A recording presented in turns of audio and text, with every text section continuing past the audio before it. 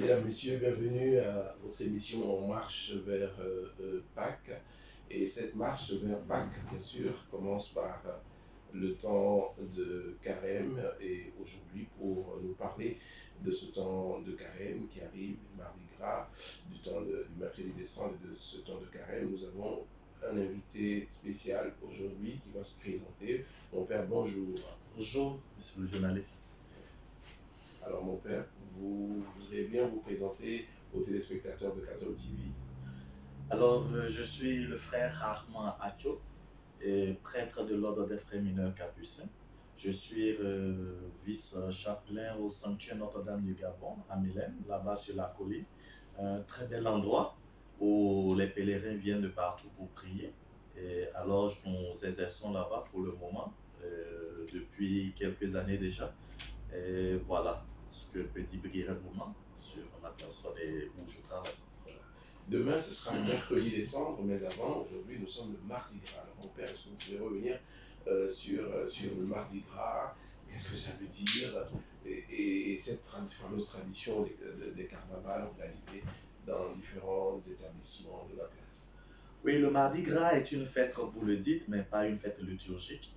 C'est une fête païenne, une fête où on marque la différence entre le temps qui précède le temps de carême, mardi gras, c'est-à-dire que c'est bien gras, et huileux et sucré, tout ce qu'il faut pour amener le sourire. Alors, pour dire que les jours qui vont suivre après, c'est-à-dire à partir du mercredi décembre, ce serait plus maigre, ce ne serait plus gras, mais un peu maigre. Alors, voilà. On marque la différence entre le temps de la pénitence et le temps de l'abondance.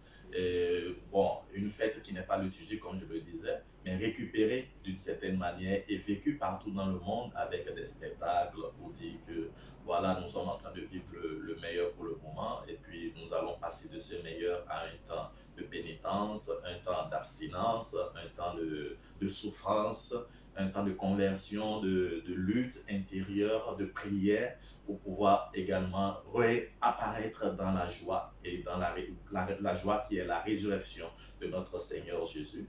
Un temps qui nous interpelle également. On peut avoir beaucoup de biens, mais savoir vivre décemment et dans la simplicité possible. Merci, mon père, pour toutes ces explications au sujet du Mardi Gras. Alors, demain, c'est le mercredi décembre, et le mercredi décembre connaît un engouement perceptible, populaire. Même des non-chrétiens viennent se faire imposer les cendres. Ouais. Alors, c'est quoi le sens des cendres? Depuis toujours, les Juifs essayent de vivre ce qu'on appelle la pénitence. Et les moments difficiles, bon, quand on est en deuil, on ne s'habille pas de la même manière quand c'est le jour de l'an.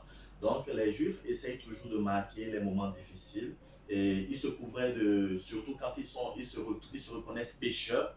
Nous avons l'exemple du roi David dans l'Ancien Testament qui, après avoir commis le meurtre de Uri, il s'est couvert de sang après que le prophète l'ait interpellé pour lui dire vous avez mal fait. Il s'est couvert de sang. Donc c'était déjà une tradition pour dire voilà, je reconnais mon péché, miserere nobis, pardonne-moi mes péchés, prends pitié de moi. Ah, voilà, il se met dans des dispositions pour mériter, pas mériter, mais demander le pardon de Dieu et recevoir cette grâce qui vient de Dieu, qui va le rétablir en tant qu'humain, parce que le péché nous diminue en tant qu'humain, on va plus bas, on devient pire qu'un animal.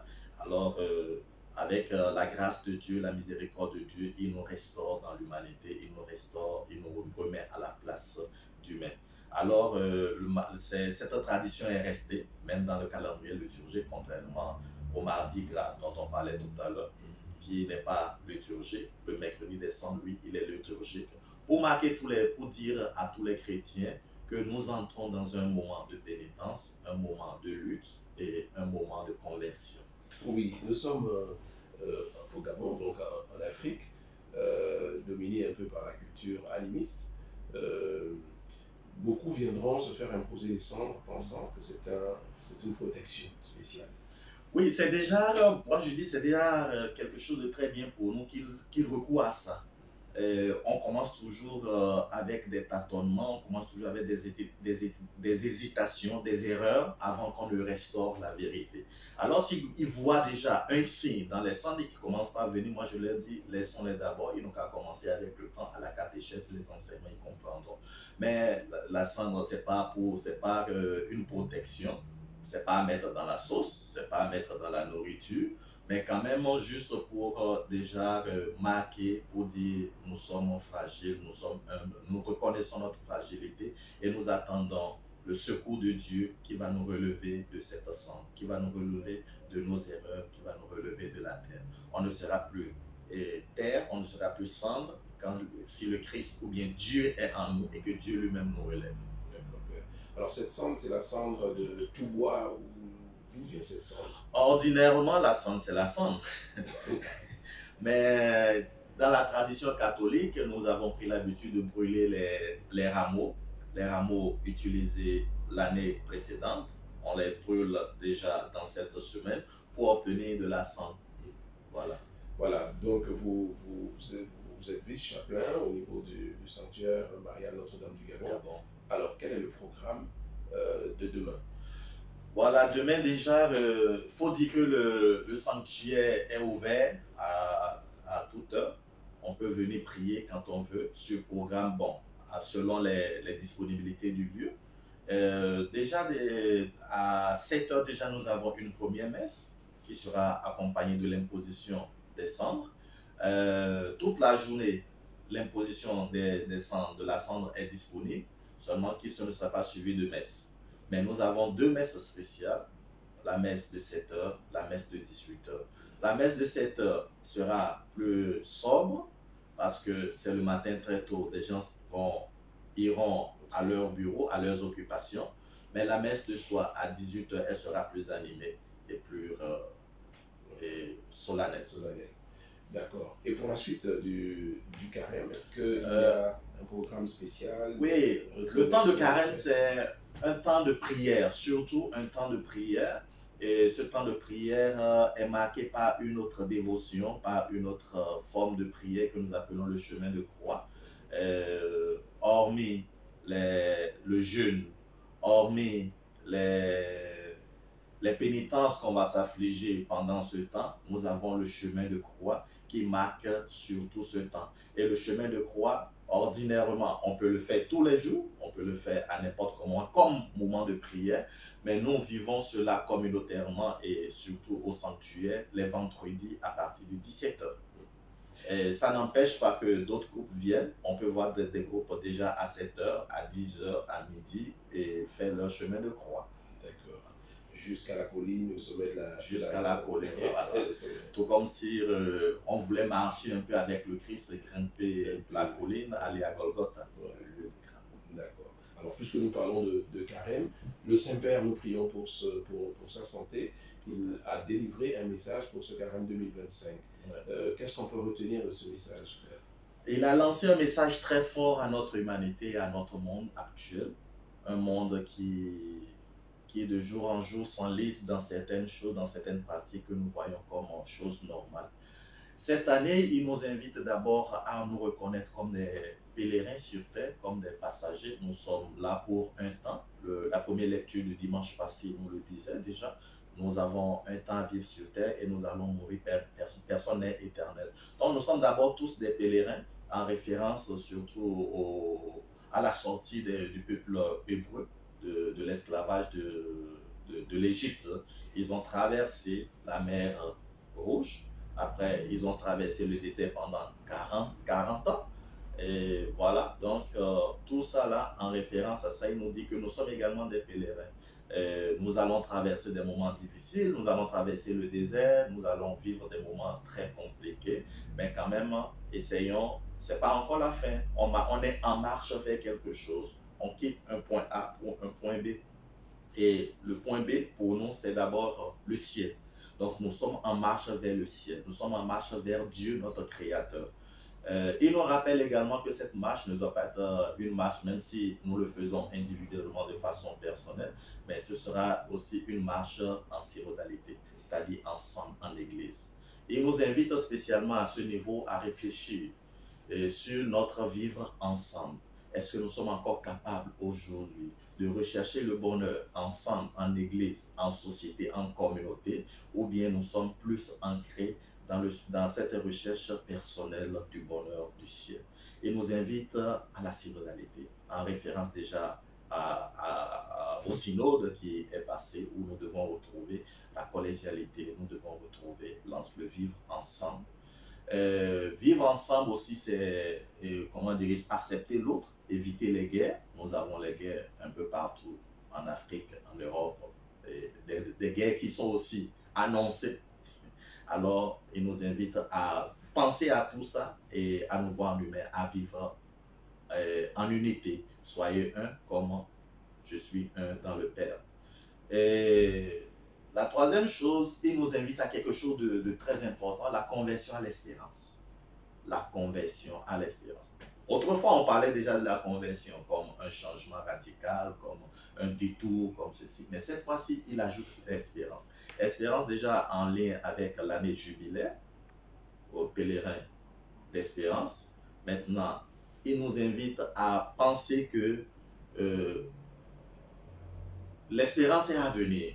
Il y a mieux, à espérer mieux. Et j'aime beaucoup l'image de Jésus quand il a rendu visite à Marthe après la mort de Lazare. Les sœurs de Lazare, Marie et Marthe, diront il est mort. C'est-à-dire, il n'est plus. C'est fini. C'est pourri. C'est gâté. Jésus dit non, il n'est pas mort. Il dort. Pour dire qu'il y a de l'espérance encore, il va se relever. Et réellement, nous connaissons un peu les tests qui nous disent que Jésus a fait sortir Lazare de la mort. Nous aussi, ce n'est pas encore fini. Quoi qu'en soit la maladie, les cancers, le sida, ce n'est pas encore fini. Tant que Dieu est avec nous, ce n'est pas encore fini. Voilà. Donc, tant que Dieu est avec nous, ce n'est pas encore fini. La conversion, le pape nous appelle à la conversion à l'espérance. Et comment contextualiser ce message dans le cadre, le contexte du Gabon? Les fidèles catholiques gabonais vont vivre 7 ans de carême dans une période particulièrement sensible de la campagne électorale, puis des élections présidentielles du 12 avril prochain. Que dire à vos fidèles qui viennent quel Pas message? seulement aux fidèles, je dirais à tout Gabonais. D'abord, je dirais que le temps est bien choisi. Dieu nous a fait un clin d'œil, saisissons ce clin d'œil. Il nous a tendu une main. Nous allons vivre cette période avec des divergences d'idées, mais pas divergences en humanité. Nous sommes un en humanité. Et le pouvoir, c'est pour gérer les choses de la terre, mais les choses de la terre doivent nous amener tous ensemble vers le ciel. Un pouvoir qui ne nous amène pas à vivre ensemble, mais pas un pouvoir à promouvoir. Et je suis sûr que nos dirigeants ont pleine conscience de ça. Ils sont conscients de ça. Ils invitent sans cesse à l'unité, au vivre ensemble. Gabon d'abord. Les Gabonais d'abord. Les Gabonais d'abord. Soyez d'abord un. Et j'ai aimé, comment dirais-je, ce qui s'est passé ces derniers jours, où quelque part on interdit à quelqu'un de venir, mais l'autre vient pour dire non, laissez-le venir. Nous sommes tous Gabonais et je pense que le Seigneur nous précède déjà avec le pape, le message biblique nous invite déjà à une vie ensemble, au vivre ensemble. Le temps est très bien choisi et je pense que le Gabon sortira vainqueur. Le Gabon va montrer au monde une fois de plus que nous sommes des personnes mûres, que nous sommes vraiment ancrés dans la foi chrétienne catholique et que nous croyons en Dieu. Merci mon père, nous sommes arrivés au terme de cet entretien. Et si vous appreniez que juste après cette émission, vous allez être rappelé auprès de votre Seigneur, quel mot, le tout dernier, quel message laisserez-vous à vos frères et sœurs? Je pense que ça, c'est une question qui me touche personnellement et qui m'interpelle. Pas plus tard qu'hier, je suivais une émission sur YouTube, un prêtre canadien qui est tombé et qui est mort en pleine célébration. Il a eu à prononcer une phrase. merci Seigneur avant de mourir. Il a prononcé cette phrase dans le micro. Tout le monde a entendu. Merci Seigneur. C'est ce que je dirais parce qu'il m'a fait voir ces merveilles en m'associant d'abord à ce ministère qui est très grand, en me faisant chrétien. Merci pour mes parents, merci pour mes amis, merci pour cette belle vie que je suis en train de vivre jusque-là. Et merci pour ça. Mais ce n'est pas pour dire que tout est rose, mais cette souffrance, ces souffrances contribuent à une joie interne. Une autre chose que j'ai beaucoup aimé dans ma foi catholique est la personne de Jésus.